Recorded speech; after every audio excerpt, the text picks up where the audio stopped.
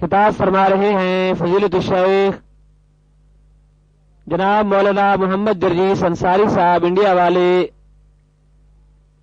بمقام جامع مسجد مرکزی اسلامیہ نیو کراچی، مورخہ 16 جنوری سن 2008۔ موضوع ہے حسن اخلاق۔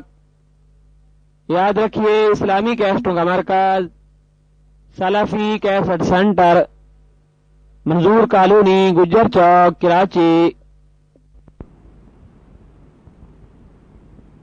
ومن يضلله فلا هادي له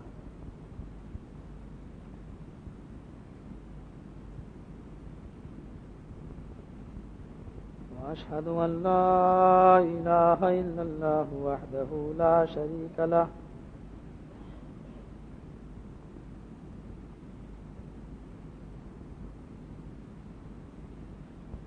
وأشهد أن محمدا عبده ورسوله أما بعد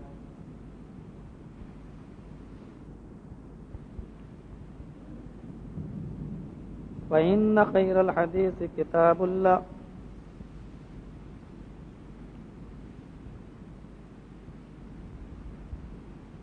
وخير الهدي هدي محمد صلى الله عليه وسلم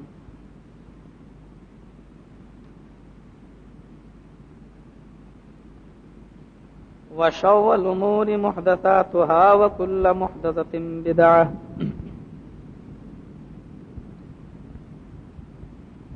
وكل بدعة ضلالة وكل ضلالة في النار۔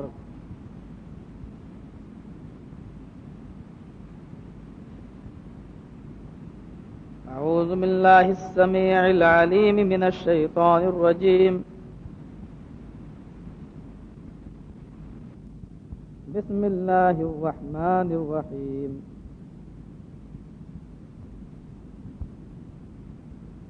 وعباد الرحمن الذين يمشون على الأرض هونا وإذا خاطبهم الجاهلون قالوا سلاما والذين يبيتون لربهم سجدا وقياما والذين يقولون ربنا اصرف عنا عذاب جهنم إن عذابها كان غراما إنها ساءت مستقرا ومقاما والذين إذا أنفقوا لم يسرفوا ولم يقتروا وكان بين ذلك قواما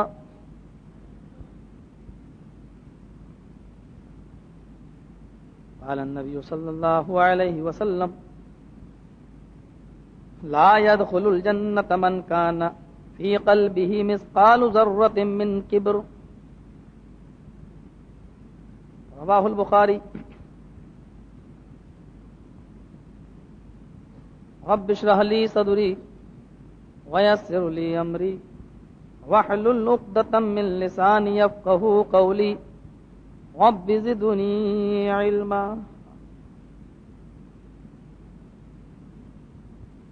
حمد و ثنا، تعریف و توصیف، کبریائی و بڑائی اس اللہ کے لیے لائق و سزاوار ہے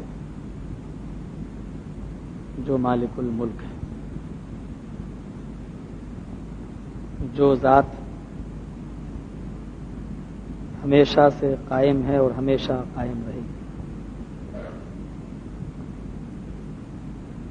جس کے اوپر کوئی لمحہ ایسا نہیں گزرا کہ جس لمحے میں وہ موجود نہ رہا ہو، اور کوئی لمحہ ایسا نہیں آئے گا کہ جس لمحے میں اس کا وجود ختم ہو۔ کل من علیہا فان ویبقى وجہ ربک ذو الجلال والاکرام۔ رب العالمین کے علاوہ ساری کائنات فانی ہے، اور بے شمار درود و سلام نازل ہوں احمد مصطفیٰ سرور کائنات محسن انسانیت رحمت للعالمین جناب محمد الرسول اللہ صلی اللہ علیہ وسلم پر اللہم صلی وسلم وبارک علیہ۔ خطبہ مسنونہ کے بعد میں نے سورہ فرقان کی چند آیتیں آپ کے سامنے تلاوت کی۔ ان آیتوں کے اندر اللہ رب العالمین نے اپنے مومن بندوں کے کچھ اوصاف بیان کی، ان کی کچھ صفتیں بیان کی۔ یہ اوصاف مومنوں کے ہیں۔ ویسے کافر بھی اس کا بندہ ہے، عیسائی بھی اس کا بندہ ہے،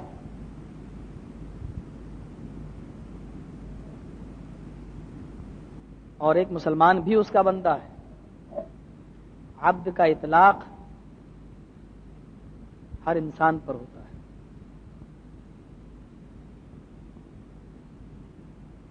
اور اس موقع پر بھی اللہ کے نبی صلی اللہ علیہ وسلم نے اپنے آپ کو بھی بندہ کہا، لا تطرونی کما اطرت النصارى، اے لوگو تم مجھ کو حد سے آگے مت بڑھاؤ، میری شان میں تم غلو مت کرو۔ لا تطرونی کما اطرت النصارى عیسی ابن مریم، جس طرح کے عیسیٰ ابن مریم کے ماننے والوں نے عیسیٰ کی شان میں غلو کیا ہے، ان کو اللہ کا بیٹا قرار دیا ہے۔ تم مجھے حد سے آگے مت بڑھاؤ۔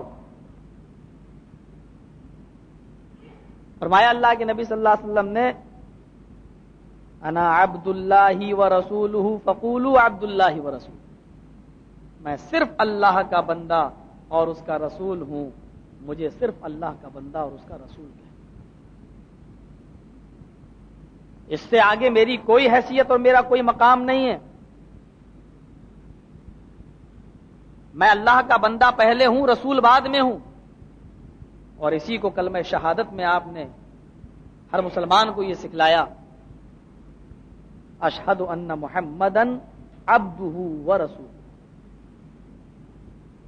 اس بات کی گواہی دو کہ میں اللہ کا بندہ اور اس کا رسول ہوں۔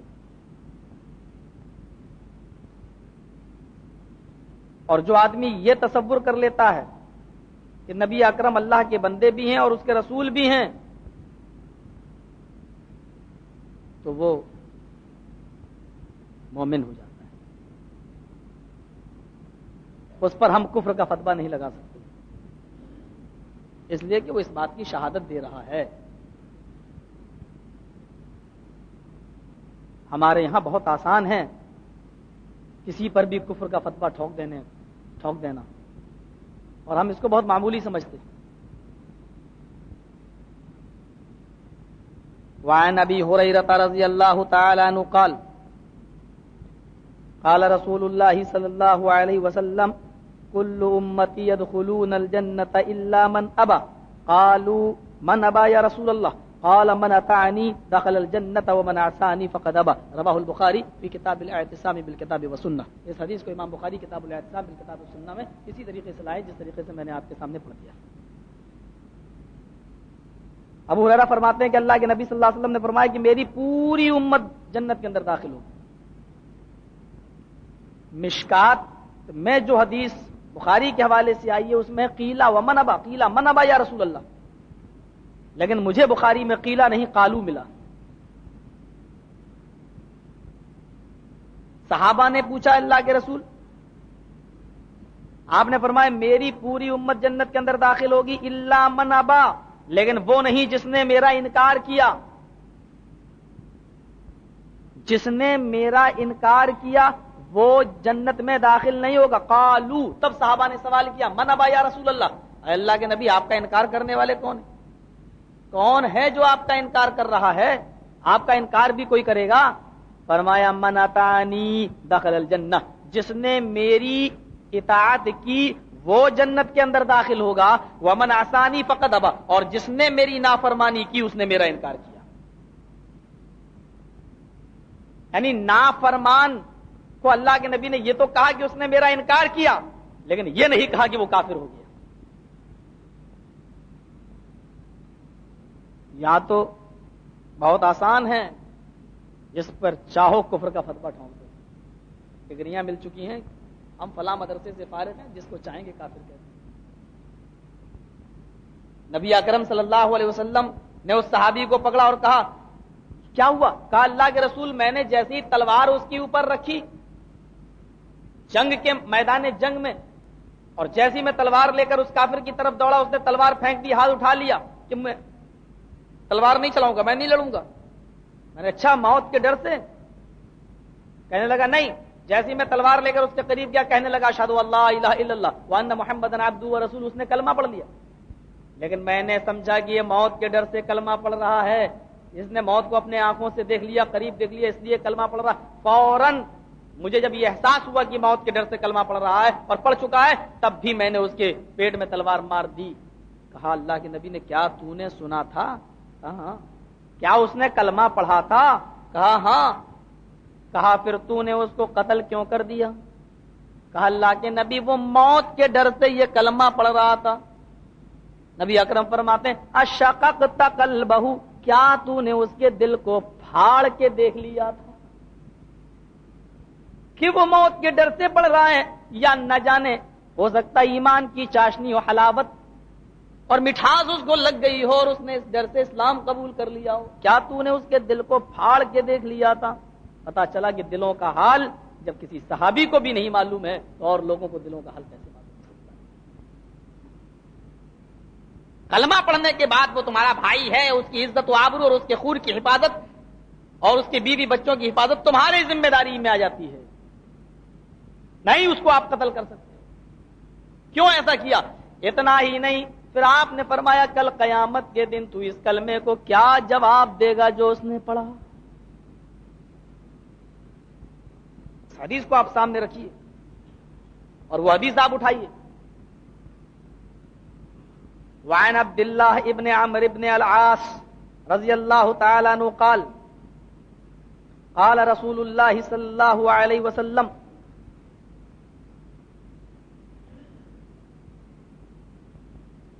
حضرت عبداللہ ابن عمرو ابن عاص فرماتے ہیں کہ اللہ کے نبی صلی اللہ علیہ وسلم نے فرمایا کہ میری امت پر وہی سب کچھ ہوگا ما اتا علی بنی اسرائیل، جو کچھ بھی بنی اسرائیل پر ہوا. میری امت بھی ان کے نقش قدم پہ چلے گی جس نقش قدم پر بنی اسرائیل چلی. حذو النعل بالنعل، جیسے دونوں جوتے برابر ہوتے ہیں، ان میں کوئی چھوٹا اور بڑا نہیں ہوتا، ایسی میری امت میں اور بنی اسرائیل میں کوئی فرق نہیں رہے گا. بلکہ میری امت ایک قدم آگے بڑھے گی. اس کے بعد نے فرمایا تفرقت بنو اسرائیل سنتین و سبعین ملتن وتفترق امتی علی ثلاث و سبعین ملتن. اس سے پہلے آپ نے فرمایا جیسے دونوں جوتے برابر ہوتے ہیں اسی طریقے سے میری امت میں اور بنی اسرائیل میں کوئی فرق نہیں رہے گا. حتی ان کان منہم من اتی علی امہ علانیۃ لکان من امتی من یصنع ذلک، حتی کہ بنی اسرائیل میں اگر کسی شخص نے اپنی ماں کے ساتھ اعلانیہ زنا کیا ہوگا، اپنی ماں کے پاس وہ اعلانیہ زنا کرنے آیا ہوگا، لکان من امتی من یصنع ذلک، تو میری امت میں بھی قیامت اس وقت تک نہیں آئے گی جب تک کہ میری امت میں بھی ایسے لوگ پیدا نہ ہو جائیں.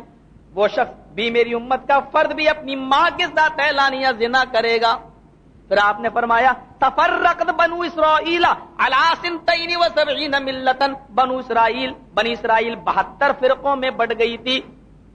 وتفترق امتی، امتی کے لفظ پر غور کیجیے. وَتَفْتَرِقُ أُمَّتِي عَلَىٰ 73 مِلَّةً، تو میری امت 73 فرقوں میں بٹے گی. بنی اسرائیل 72 فرقوں میں بٹ گئی تھی، میری امت 73 فرقوں میں بٹے گی. کلہم فی النار الا ملۃ واحدہ، سارے کے سارے فرقے جہنم میں جائیں گے، ایک جماعت جنت کے اندر جائے گی. الا ملۃ واحدہ، ایک گروہ جنت میں جائے گا. یہاں سے آپ اندازہ لگائیں گے.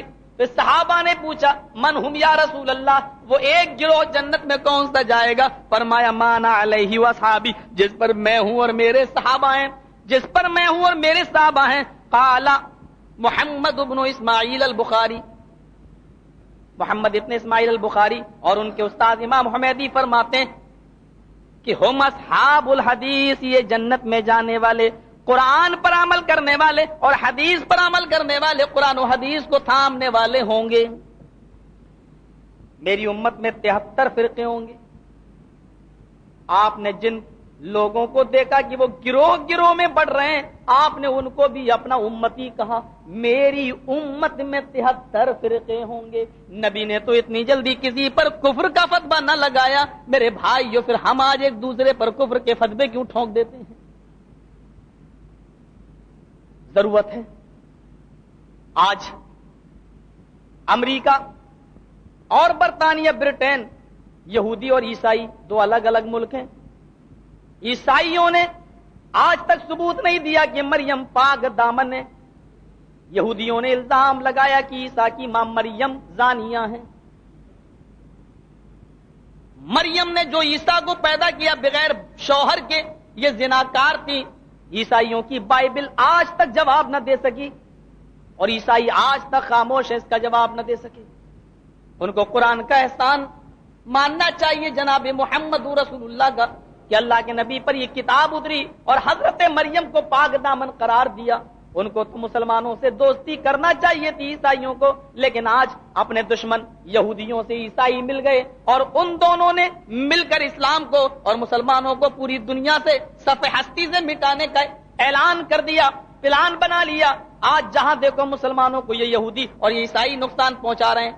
ہمارے ملک میں آؤ تو 33 کروڑ دیوی دیوتاؤں کے پجاری، الگ الگ خداؤں کے اور رب کے ماننے والے لوگ بھی آج مسلمانوں کو تباہ و برباد کرنے کے لیے ایک پلیٹ فارم پہ آ گئے ہیں. لیکن افسوس یہ ہے کہ آج ہم ہیں ایک رب کو ماننے والے، ایک نبی کو ماننے والے، ایک قرآن کو ماننے والے، ایک قبلے کی طرف رخ کر کے نماز پڑھنے والے. آج ہم ہیں کہ ہم فرقوں میں اور تفرقوں میں ایسے بڑھ گئے ہیں کہ آج ایک دوسرے کی مسجدوں کو اڑا رہا ہے، ایک دوسرے کی قتل کا پلان بنا رہا ہے، ایک دوسرے کو ختم کرنے کا اور اس دنیا سے صف ہستی سے مٹا دینے کا وہ پلان بنا رہا ہے. تصور تو کیجئے میرے بھائیو، ذرا اس واقعے کی طرف بھی تو نظر ڈالیے کہ جناب محمد رسول اللہ صلی اللہ علیہ وسلم تو لوگوں کو ایک کرنے کے لیے آئے تھے، اور آج ہم لوگوں کو جدا جدا کرنے پر جم گئے ہیں. نبی اکرم نے یہ تعلیم کیوں دی؟ نماز سب سے افضل عبادت ہے، روزہ رکھنا سال میں ایک مرتبہ فرض ہے، اور جس آدمی کے پاس حیثیت ہے، استطاعت ہے، اور اس کے باوجود وہ حج کرنے نہ جائے، وہ مجوسیت کی موت مرتا ہے. تصور کیجئے زکات کا معاملہ اتنا بڑا کہ حضرت ابوبکر صدیق نے اعلان کر دیا اگر بکری باندھنے کی رسی بھی کسی کے پاس زکات میں نکل رہی ہوگی اور وہ اگر نہیں دے گا تو میں اس سے قتال کروں گا، اس سے جہاد کروں گا. تصور کیجئے کہ اسلام کی یہ ساری چیزیں صرف لوگوں کو جوڑنے ہی کے لیے تو ہو رہی ہیں. نماز گھر میں بیٹھ کر کوئی مقیم آدمی پڑھتا ہے تو اس کی نماز نہیں ہوتی. ہاں، تم کو مسجد کے اندر آنا ہے، فرض نماز مسجد میں پڑھنا ہے، اور مسجد میں بھی پڑھنے کے لیے جماعت ضروری قرار دیا ہے.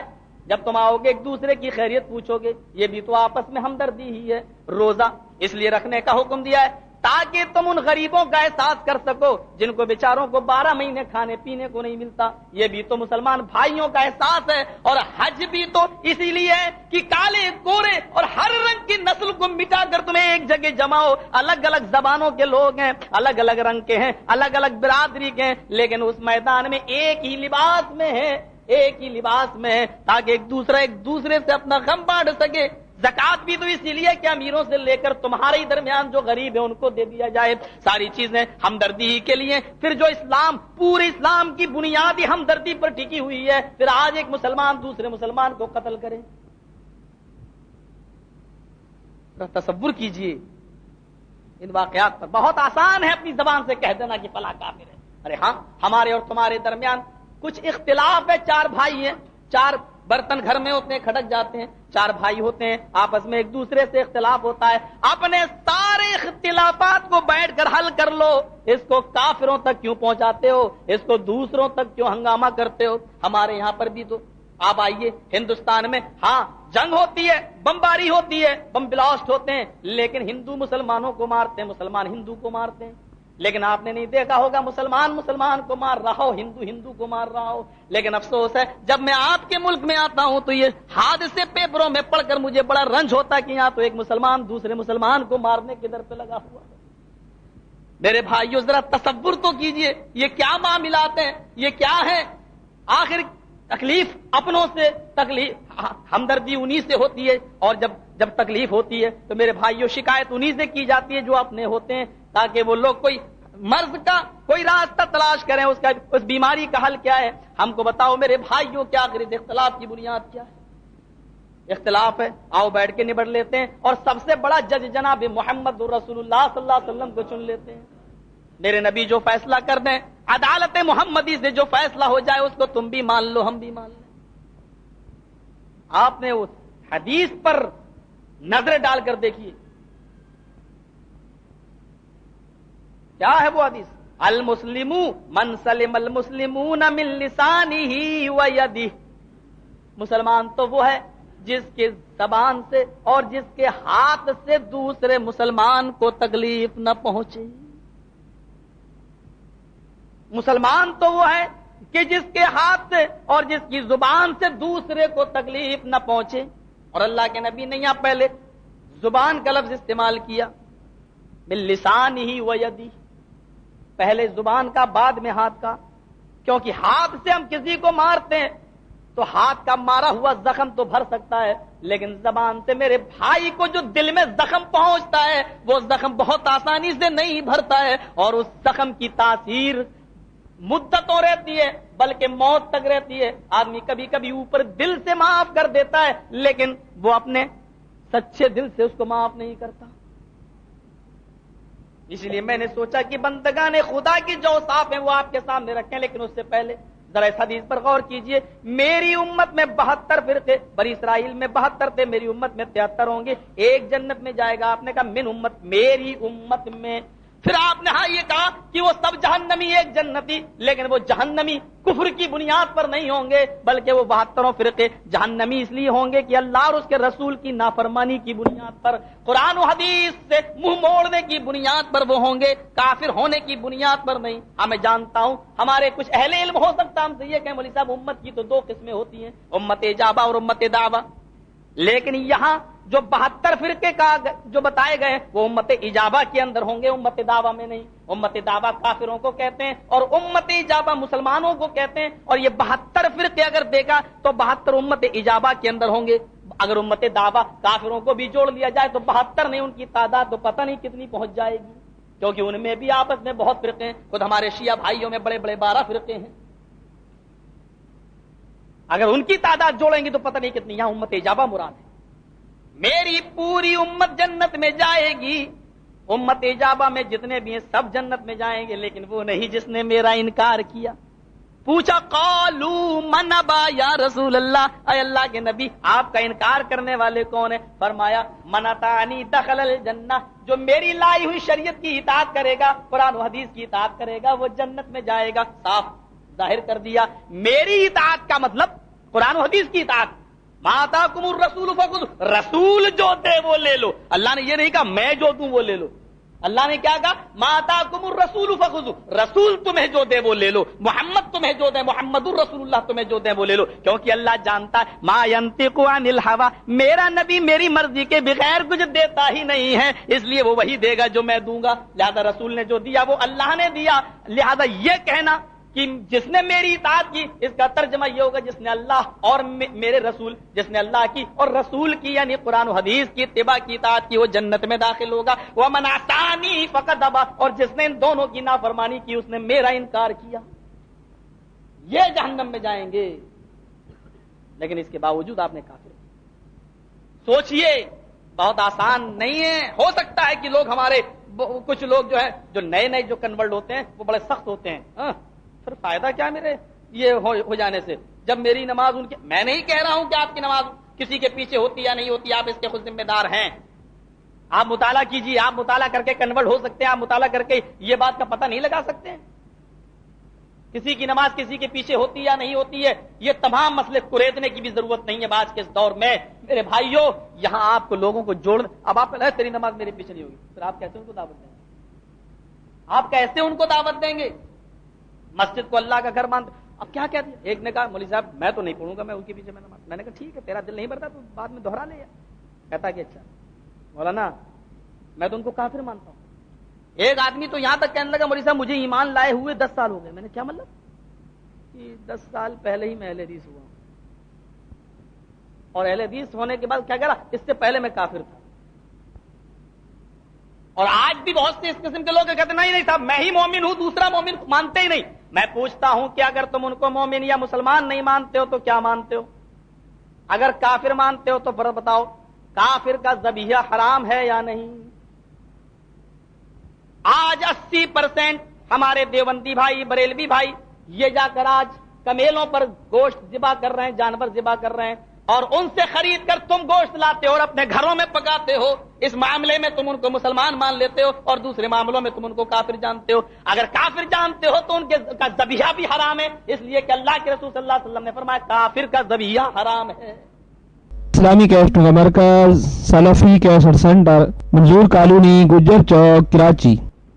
اس معاملے میں میٹھا میٹھا ہڑپ کڑوا کڑوا تھو، یہ تمہاری پالیسی میری سمجھ میں نہیں آتی۔ میرے پیارے ساتھیوں، کلمے کی بنیاد پر میں کسی کو کافر نہیں کہہ سکتا، ہاں اتنا ضرور کہہ سکتا ہوں کہ میرے بھائی صراط مستقیم سے کچھ ہٹے ہوئے ہیں۔ ہم کوشش کریں گے ان کو صراط مستقیم پہ لانے کی۔ ہم کو کوئی بھی حکمت اپنانا پڑے ہم ان کو لائیں گے، ہم ان کو سیدھے راستے کی طرف لائیں گے، ہم ان کو سیدھا راستہ دکھانے کی کوشش کریں گے۔ ہاں ان کے لیے قرآن و حدیث کے سارے دروازے اور اپنے سارے دروازے ہم کھول دیں گے۔ جس طریقے سے سمجھنا چاہو سمجھو، اور اعتراض کی ساری اجازت تمہیں ہے، اختلاف کرنا جائز ہے، لیکن مخالفت کرنا ہم جائز قرار نہیں دیں گے۔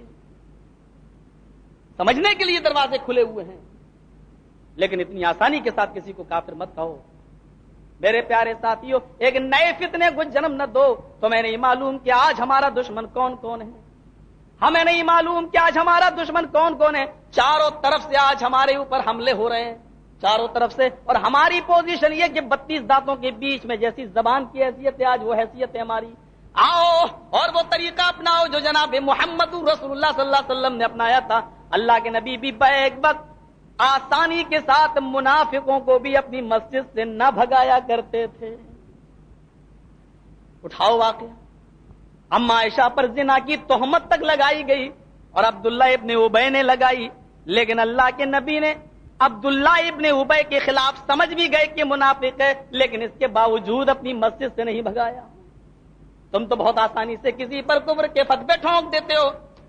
عبداللہ ابن ابی کا جب انتقال ہو گیا، جب مر گیا، تو اللہ کے نبی سے اس کے بیٹے عبداللہ سے، ان کے بیٹے کا نام بھی عبداللہ تھا، کسی نے کہا نبی تو بڑے رؤوف الرحیم ہے، جاؤ ذرا ان سے کہنا کہ اپنی قمیض اتار کے دے دو، شاید آپ اس کے کفن کی جگہ پر آپ کی قمیض پہنا دوں تو شاید میرے باپ کے عذاب میں کوئی کمی آ جائے۔ عبداللہ ابن ابی کا بیٹا آیا، منافق کا بیٹا آیا، اے اللہ کے نبی میرا جہنمی باپ مر گیا، میرا منافق باپ مر گیا، لیکن باپ کی محبت میرے دل میں ہے، میں چاہتا ہوں کہ آپ اپنی قمیص، آپ اپنی چادر، آپ اپنا لباس اتار کے دے دیں اور میں کفن کی جگہ پر اپنے باپ کی آپ کا کرتا، آپ کی قمیض پہنا دوں، شاید جب تک یہ قمیض صحیح رہے میرے باپ کے عذاب میں کچھ کمی آ جائے۔ اللہ کے نبی اپنی قمیض اتارنے لگے.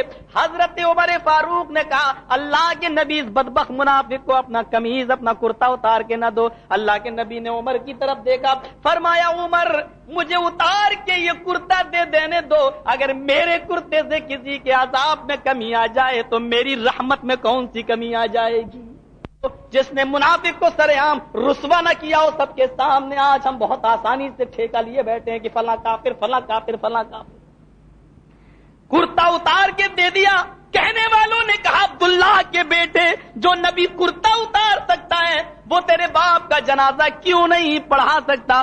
جاؤ ذرا اپنے باپ نبی سے کہو کہ وہ میرے باپ کا جنازہ بھی پڑھائیں, دیکھیں نبی پڑھاتے ہیں یا نہیں. جناب محمد رسول اللہ کے پاس وہ آیا, کہنے لگا اللہ کے نبی اگر آپ میرے باپ کے جنازے کی نماز پڑھا دیں تو آپ کا کیا بگڑ جائے گا؟ آپ کھڑے ہو گئے, دوسری چادر اوڑے ہوئے تھے, جنازے کی نماز پڑھانے کے لیے کھڑے ہو گئے. پیچھے سے عمر فاروق نے چادر کھینچی. اللہ کے نبی کم سے کم اس منافق کے لیے تو مغفرت کی دعا نہ کیجیے جس نے اما عائشہ پر زنا کی تہمت لگائی ہے. آپ نے فرمایا عمر میری چادر کو چھوڑ دو, اگر میری دعا سے کسی کی مغفرت ہو جاتی ہے تو رحمت للعالمین کی رحمت میں کون سی کمی آ جائے گی. چھوڑ دو. چھوڑ دیا. آگے کھڑے ہو گئے. ابھی نماز جنازے کی شروع کرنے ہی والے تھے کہ جبرائیل امین وحی لے کے آ جاتے ہیں. اے اللہ کے نبی اللہ نے منع کر دیا ہے اگر آپ 70 مرتبہ بھی اس کی جنازے کے لیے مغفرت کی دعا کریں گے نماز میں تو اللہ قبول نہیں کرے گا. اللہ نے اس کے مقدر میں جنت نہیں لکھی ہے. آپ ہٹ جائیے. میرے نبی کی زبان سے کیا نکلا مسند احمد کے الفاظ, اللہ تو نے منع کر دیا اور یہ کہا کہ 70 مرتبہ بھی دعا کرو گے تو میں نہیں سنوں گا. اگر مجھے معلوم ہو جائے کہ 71 مرتبہ جنازے کی نماز پڑھانے کے بعد تو اسے بخش دے گا تو محمد 71 مرتبہ اس کی جنازے کی نماز پڑھانے کے لیے تیار ہو جائے. جس کے اخلاق کا یہ عالم ہو, جس کے کردار کا یہ عالم ہو. میرے پیارے ساتھیوں, آج ہم نے سمجھنے کی کوشش نہیں کی کہ اسلام کسے کہتے ہیں. بہت نفرت مت پھیلاؤ لوگوں کے درمیان, بلکہ ان کو پیار سے لانے کی کوشش کرو. میرے بھائیوں, آج ڈاکٹر ذاکر نائک اگر نفرت پھیلانے لگے تو کون سا ہندو ان کے پاس آئے گا, کون سا عیسائی ان کے پاس آئے گا؟ جو آدمی جس میدان میں کام کر رہا ہے اس کو کرنے دو. میرے پیارے ساتھیوں, آج مصلحت کا تقاضا یہ ہے انڈیا کے اندر کہ ہم کو اپنے آپ کو اہل حدیث کہنا بھی اچھا نہیں لگ رہا ہے کہ اہل حدیث کہیں گے تو دیوبندی اور بریلوی بھائی بھگ جائیں گے. یہ حالات ہیں. آج وہ پالیسی اور وہ پولیٹیکل وہ سیاست آپ بھی اپناؤ اور لوگوں کو قرآن و حدیث سے جوڑو. ہمارا مقصد یہ نہیں ہے کہ ہم دیوبندی اور اہل حدیث بن کر دعوت دیں. ہمارا مقصد یہ کہ قرآن و حدیث کی دعوت پہنچنی چاہیے, چاہے وہ جس طریقے سے پہنچے. قرآن کی اور حدیث کی دعوت ہونی چاہیے. یہ ہے ہماری حکمت. یہ ہونی چاہیے کہ بس صرف قرآن و حدیث. کوئی ضروری نہیں کہ وہ اہل حدیث کا نام لگا کر دی جائے, کوئی ضروری نہیں کہ وہ سلفی کا نام لگا کر دی جائے. میرے بھائیوں, ہاں اتنا ضرور ہے کہ قرآن و حدیث سے ہٹ کر کوئی تیسری چیز نہیں ہونی چاہیے. اس حکمت کو, اس پالیسی کو آپ بھی اپنانے کی کوشش کرو. آؤ اور دیکھتے جاؤ کیا اخلاق تھے جناب محمد رسول اللہ صلی اللہ علیہ وسلم کے. ہاں, آپ تو کافروں کو بھی مسجد سے نہ بھگایا کرتے تھے, بلکہ ایک کافر تو آیا اور مسجد نبوی کے کونے میں پیشاب کرنے لگا. صحابہ مارنے کے لیے دوڑے. آپ نے کہا رک جاؤ. کہا پیشاب کر رہا, کہا کر لینے دو. کتنی بڑی حکمت تھی. اگر پیشاب کرتے ہوئے دوڑایا جاتا بھاگ, تو ابھی تو ایک جگہ پیشاب گر رہا, پیشاب رکتا نہیں ہے. وہ پیشاب روک کے بھاگتا تو ابھی ادھر گرا ادھر گرا ادھر گرا, مسجد کے کئی حصے نہ پا. آپ نے کہا کر لینے دو. کتنے بڑے حکیم تھے محمد رسول اللہ صلی اللہ علیہ وسلم. کا کر لینے دو. اور جب کر لیا پیشاب تو آپ نے یہ نہیں کہا چل صاف کر. آپ نے کہا تم ادھر آؤ. ایک صحابی سے کہا اٹھو پیشاب دو. صحابی سے کہا پیشاب دو, تو ایک صحابی نے پانی کا ایک ڈول اس کے اوپر ڈال دیا اور پیشاب کو صاف کر دیا, دھو دیا. اور آپ نے اس کو بلایا, کہا کہ یہ مسجد ہے, یہ اللہ کا گھر ہے اور یہاں پیشاب نہیں کیا جاتا. آئندہ خیال رکھنا, یہاں اللہ کی عبادت ہوتی ہے. آئندہ خیال رکھنا, یہاں گندگی نہ پھیلانا. جاؤ کوئی بات نہیں. اس نے دیکھا, چہرہ دیکھ کر ہی کہنے لگا یہ چمکنے والا چہرہ کسی جھوٹے کا چہرہ نہیں ہو سکتا. مسجد سے باہر نکلا, اس نے صرف پلٹ کے دیکھا امام کائنات کا چہرہ. ہائے, جس چہرے کو دیکھ کر کبھی حسان نے کہا تھا احسن منک لم تر قط عینی واجمل منک لم تلد النساء. وہ نبی محمد صلی اللہ علیہ وسلم آپ تو اتنے خوبصورت ہیں کہ میری آنکھوں نے آپ سے زیادہ حسین چہرہ کسی کا دیکھا ہی نہیں. وَأَجْمَلُ مِنْكَ لَمْ تَلِدِ النِّسَاءُ، آپ تو اتنے خوبصورت ہیں کہ دنیا کی کسی عورت نے آپ سے زیادہ حسین و جمیل کوئی بیٹا پیدا کیا ہی نہیں. اس نے کی نظر پڑی، بھاگتا ہوا اپنے قبیلے کی طرف گیا اور کہنے لگا، او میرے قبیلے کے لوگوں، بتاؤ تو صحیح، تمہارے قبیلے کی بکری دوسرے قبیلے میں چلی گئی اور اس کے کھیت میں چلی گئی اور تھوڑی سی گھاس کھا لی، اتنی سی بات پر کتنے سال جنگ چلی؟ کہنے لگے 40 سال. عرب کی خونخوار قوم دیکھ رہے ہیں، میری بکری تیرے کھیت میں چلی گئی، اس بات کو لے کر جو جنگ ہوئی تو دونوں قبیلوں میں جب جنگ چلی تو 40 سال تک وہ جنگ چلتی رہی، رکنے کا نام نہیں. اور جب بکری کی وجہ سے جو جنگ دیکھی اور اس کے ریزلٹ نکالا کہ لوگ کتنے مرے، جب 40 سال میں ریزلٹ نکالا تو مرنے والوں کی تعداد تھی 70,000. اتنی خونخوار قوم، آئے لوگوں، اتنی سی بات پر اتنی لمبی لمبی جنگ لڑنے والی قوم، اور میں نے تو محمد رسول اللہ کی مسجد میں پیشاب کر دیا.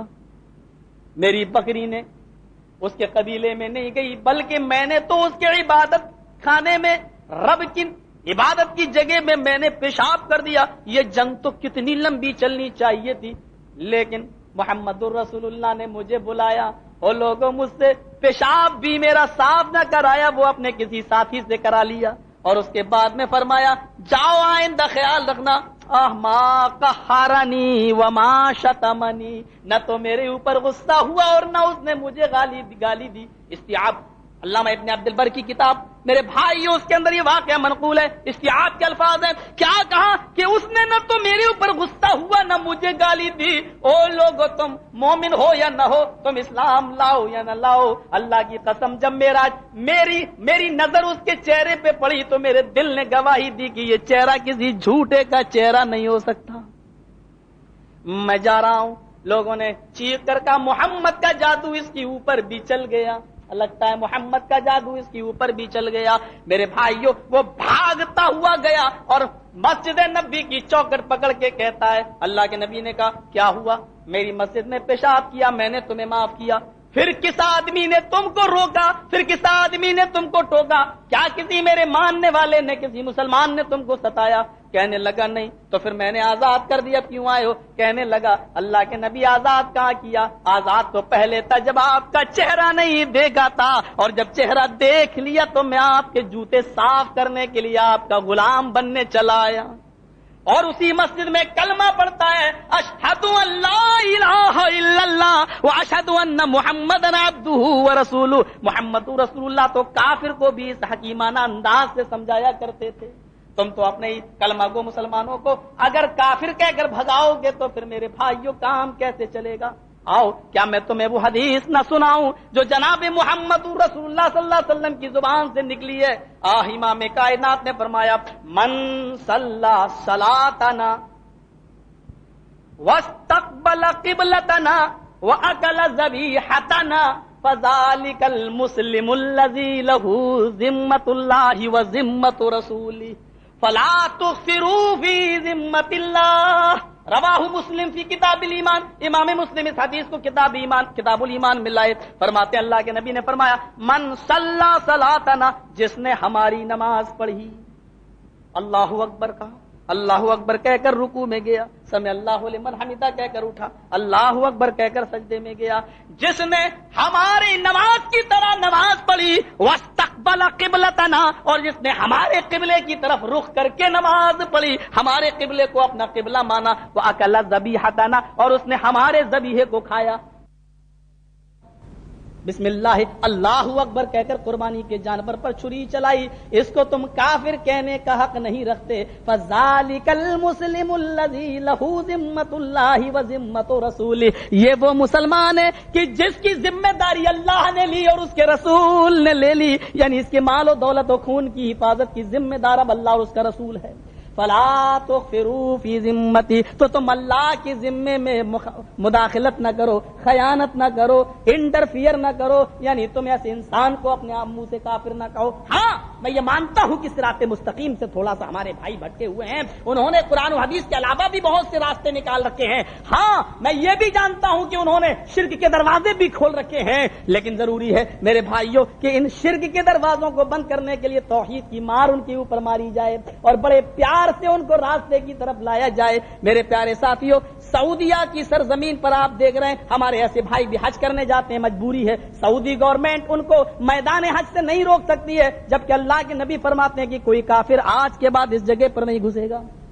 نہ آئے، مجبوری ہے، جانا پڑ رہا ہے ان کو، یہ مصلحت کا تقاضا ہے. ہم ان کو دین کی دعوت کیسے دیں گے؟ اور ہمارے جو بھائی سعودیہ جاتے ہیں حج کرنے کے لیے، اللہ کی قسم ہم اپنے ہندوستان کی بات بتلا رہے ہیں، جو حج کر کے آتے ہیں ہمارے بڑے بڑے ایسے لوگ جو قبروں پہ جا جا کے اپنے سر جھکائے ہیں، جب وہ انڈیا واپس آتے ہیں تو ان میں اگر 10,000 جاتے ہیں کم سے کم 500 آدمی تو ضرور بدل جاتے ہیں سعودیہ کے حالات کو دیکھ کر، اور کہتے ہیں کہ جہاں سے اسلام پھیلا، جب اس مسجد میں زور سے آمین بولی جا رہی ہے اور وہ مسجد نبوی جہاں ایک وقت کی نماز کا ثواب 1000 رکعت کے برابر، اور وہ خانہ کعبہ جہاں ایک رکعت کا ثواب 1,00,000 رکعت کے برابر، جب ان مسجدوں میں آمین زور سے بولی جاتی ہے تو پھر وہ اسلام ہم کیوں نہ مانے جو جناب محمد رسول اللہ صلی اللہ علیہ وسلم کے زمانے میں نبی کے شہر سے نکلا ہے. اگر ہم ان کے اوپر سعودیہ کے دروازے بند کر دیں تو یہ کنورٹ کہاں سے ہوں گے؟ ان پر اسلام کے دروازے کیسے کھلیں گے اور یہ لوگ کیسے آئیں گے؟ میرے بھائیوں، ان کے لیے اپنی مسجدوں کے، اپنے مدرسوں کے سارے دروازے کھولو اور ان کو بلاؤ اور ان کو بڑے پیار سے اسلام کی دعوت دو.